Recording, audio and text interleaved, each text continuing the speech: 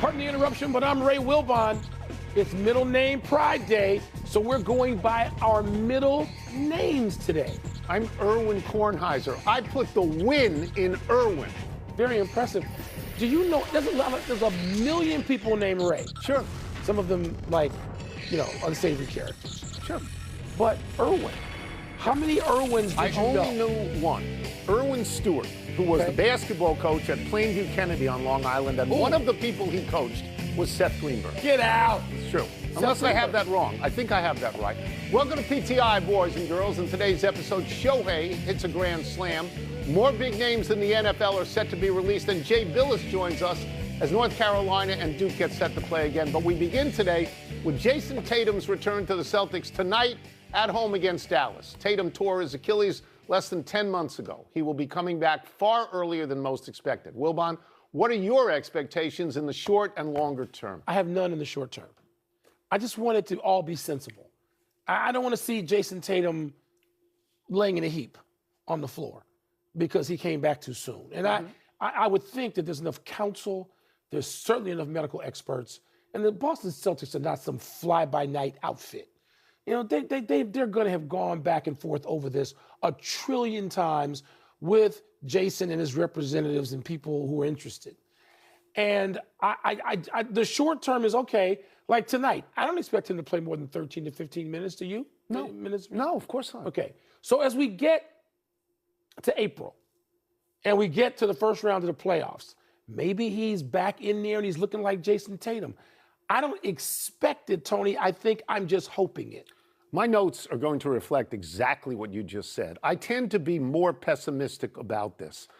I love Jason Tatum as a player. I admire his courage. I admire his ability. I admire his resolve to get back into this. And in a perfect world, by the time the playoffs start, he has seamlessly re-put himself on that team. And now he's surrounded by better players than when he got hurt, because those better players have kept the Celtics buoyant and right near the top, led by Jaylen Brown. So I would say, in a perfect world, the Celtics roll to a championship.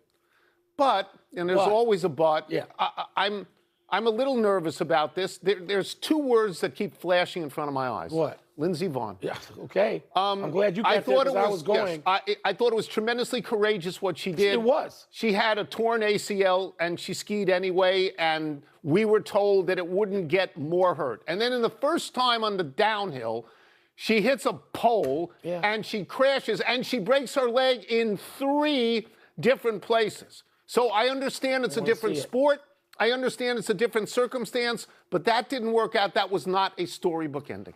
No, it wasn't a storybook anything. And so with Tatum, first of all, you have to wonder, there are parts to this. Like, oh my God, how is he back in whatever this is, 10 months? And this thing used to be a career ending, then a career derailing, then people came back and like medical science 15 is better. Months, it really medical is. Science is better. But this is amazing, isn't it? Here's what I would say. This is not baseball. You don't get to sit in the dugout for half the game. When you're on a basketball court, if you're not at 100, get off the court. Jumping and cutting and getting hit and moving in a way that's going to test that immediately, even in those 13 to 15 minutes tonight, if that's what he's limited to. The World Baseball Classic is off and running, and Shohei Ohtani's bat is already hot and humming. Shohei See hit how a you double. did that. I like that. That was good. First inning double. Then Erwin, a grand slam and an RBI single in the second this morning as Japan mercy ruled Chinese Taipei 13-0. The United States, with its best ever WBC roster, starts pool play tonight against Brazil. All right, Erwin, what's the bigger headline? Shohei's granny or Team USA's opener? Let's stop with Erwin. Okay, let's stop with that. This is a very easy question to answer. It's Shohei Ohtani. I agree. We need to look at him. We need to look at how he rises to the moment. The first time he was in this thing, he was on the championship team, and he won the championship by striking out Mike Trout. He goes to the Dodgers for 2 years. He has 2 World Series rings. I believe he started Game 7 against Toronto, I believe, on short rest. Now he's back in this thing, and the first time out, he gets 3 hits, including a grand slam. Mike, I'm going to use big names here. Use any names you want. Let's go Babe Ruth, Willie Mays, Ted Williams, Derek Jeter. Shohei Ohtani is with them, and he pitches. And he pitches. Yeah. Yeah, I want to see some more pitching. I want to see some more pitching. You will. You will. And I guess not in this. I want to see health. But in the regular season. And I just want to see health, good health from him. I don't want to see him falling out with tears and stuff busted up either. But it's Shohei. It's not Team U. We'll get to that. Listen, I was just thinking this morning about how baseball, soccer, and basketball, for sure, people don't belong to a smaller place anymore, even if it's a big place. They belong to the world. They do. You see them, you know who they are, you buy their jerseys, you drink whatever they're endorsing. Shohei's in that with LeBron and whoever else we want to go to over the years. Messi. So Shohei's there. Yes. So I thank you, Japan, for sharing Shohei with us.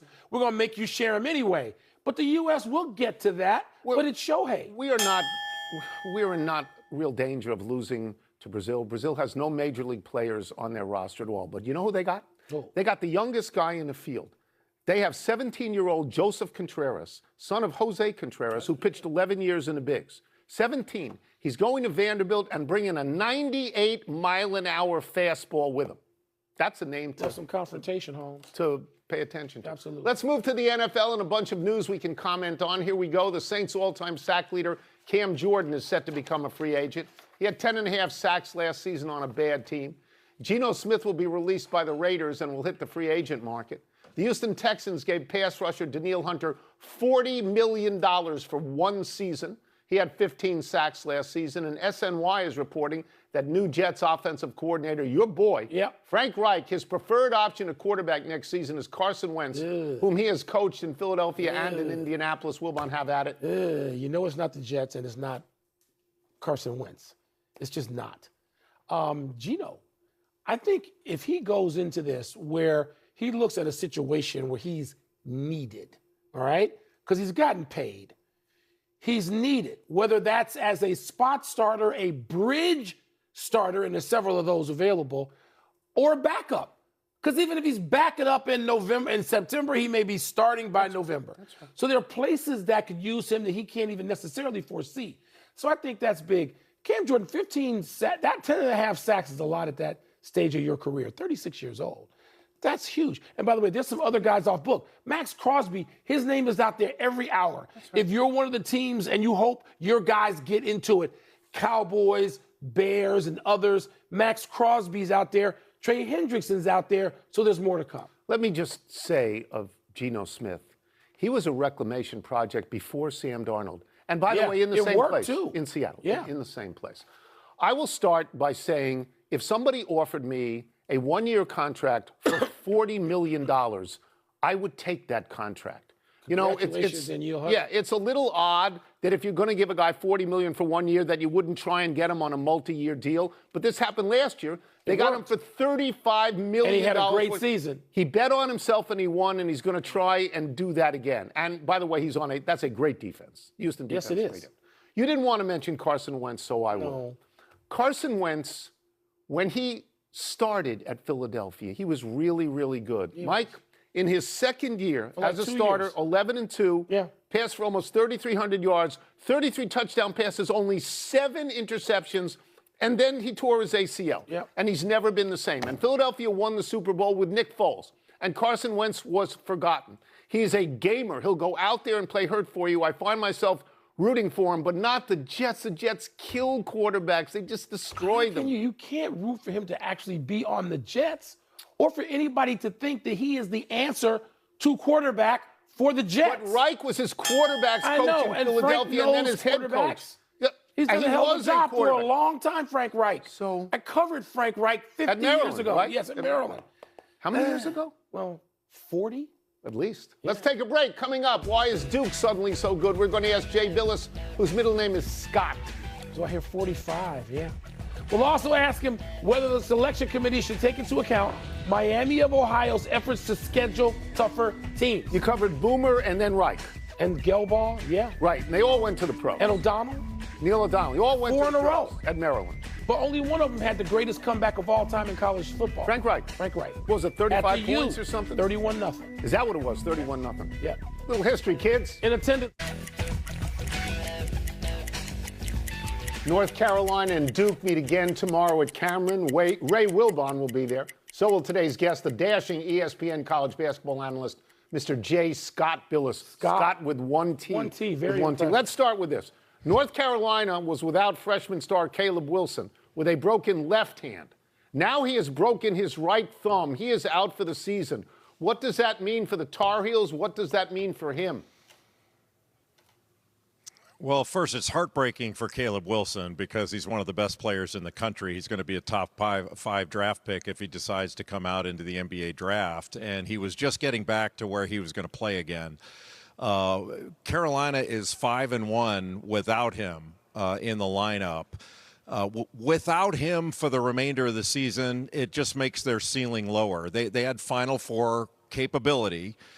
With Caleb Wilson in the lineup. Without him, it's going to be a lot more difficult. I still think that with the way they can play without him, you could see them in the second weekend, but I think it certainly dims their hopes for getting beyond the Sweet 16. Is it possible? Of course it is. But one thing they've done really well is some players need to be needed, and guys have stepped forward and done more. Just because they had a certain role with Caleb Wilson in the lineup doesn't mean that's who they are, and they've shown that they're more than just Caleb Wilson.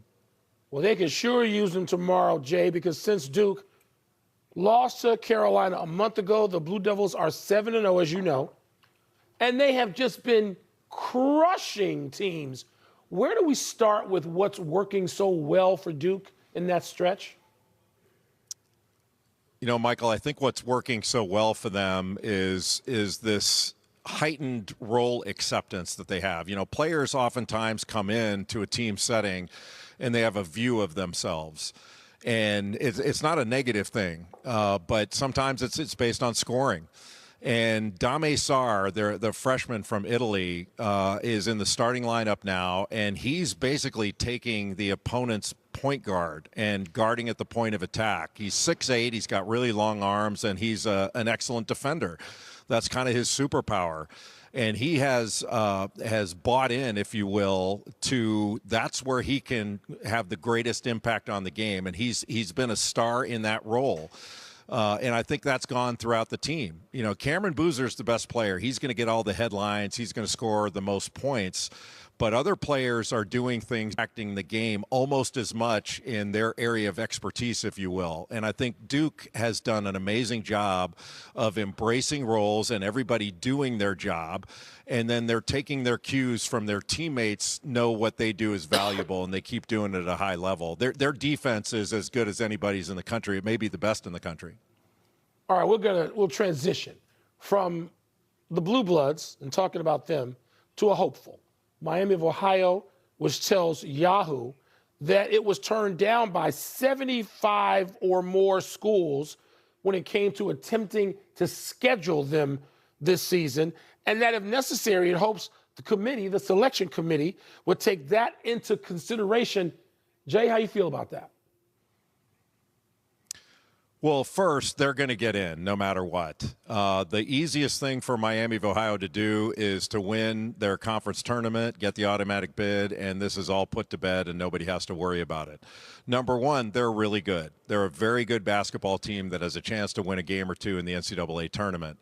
But when you get down to the resume part of it, they've only played one team, that being Akron, and they beat them, that's ranked in the top 50. Everybody else they've played is outside the top 150. They've only played one quad 2 game on the season, that being Akron. They haven't played no quad 1 games. And they've played 3 non-division 1 games in their 30 wins. I don't buy the fact that they couldn't have played a tougher schedule. Could they get exactly the schedule they wanted? No. But, you know, the major conference teams can't service everybody in Division I. But they could have played a tougher schedule. But they're going to get in, and any talk that they won't. But if they had lost one game, we wouldn't be talking about this because their resume wouldn't match up with the teams that have played tougher schedules and also lost games. But that being said, they're a really good basketball team, and they're going to be in the tournament whether they win their conference championship or not. They're going to be in, they should be in, and people want to see them. Yeah. that they will be a draw for however long they're in there, even if it's only one game. We'll get you out of here on this. A.J. DeBanza told the Deseret News that he might stay because his mom wants him to graduate. Do you, Jay, think that's possible? And what does his NBA future look like? Well, it's certainly possible. A.J. DeBanza is so good that he can do whatever he wants. And, you know, you look back, and I know it's a long time ago and it's ancient history to players today, but, you know, Tim Duncan stayed 4 years in college, and it didn't cost him too much. When you're the real deal, you get to do whatever you want, and A.J. DeBanza is the real deal. Just from a financial standpoint, I don't think many people would counsel going back to school given the amount of money that he's going to make in his lifetime playing basketball. And just because he's not going to graduate, if he goes into the NBA after this year, he won't graduate on the timetable that we grew up with. You know, you graduate in 4 years and you matriculate on at age 22. That doesn't mean he can't pursue education while he's in the NBA and get his degree. It just won't be on the timeline that traditionally it's been on back in the old days. But, you know, I think it's great that he loves the experience and would like to continue. I'm not sure that the business reality of the NBA is going to allow him to do that. Thank you for being with us. Thank you, Jay. You're going to be stuck with Wilbon at the game. Yes, sir. You're going to be stuck with Wilbon. We'll see you tomorrow. Thank you. You can catch more of Scott. That's his name, Scott, his middle name, on College Game Day tomorrow morning at 10 Eastern. Let's take one last break, but still to come, Heartbreak for Holy Cross, which goes down at the buzzer. And Irwin here breaks down the biggest moves at the NHL trade deadline. When you're a rookie, you're going to make $13 million. It's a lot of money. You can't. How do you? Well, because you can delay it for 1 year. If you want to delay it for 1 year. But that's not 4 years is not. That's not going to accomplish the goal set forth by his mom. At Burger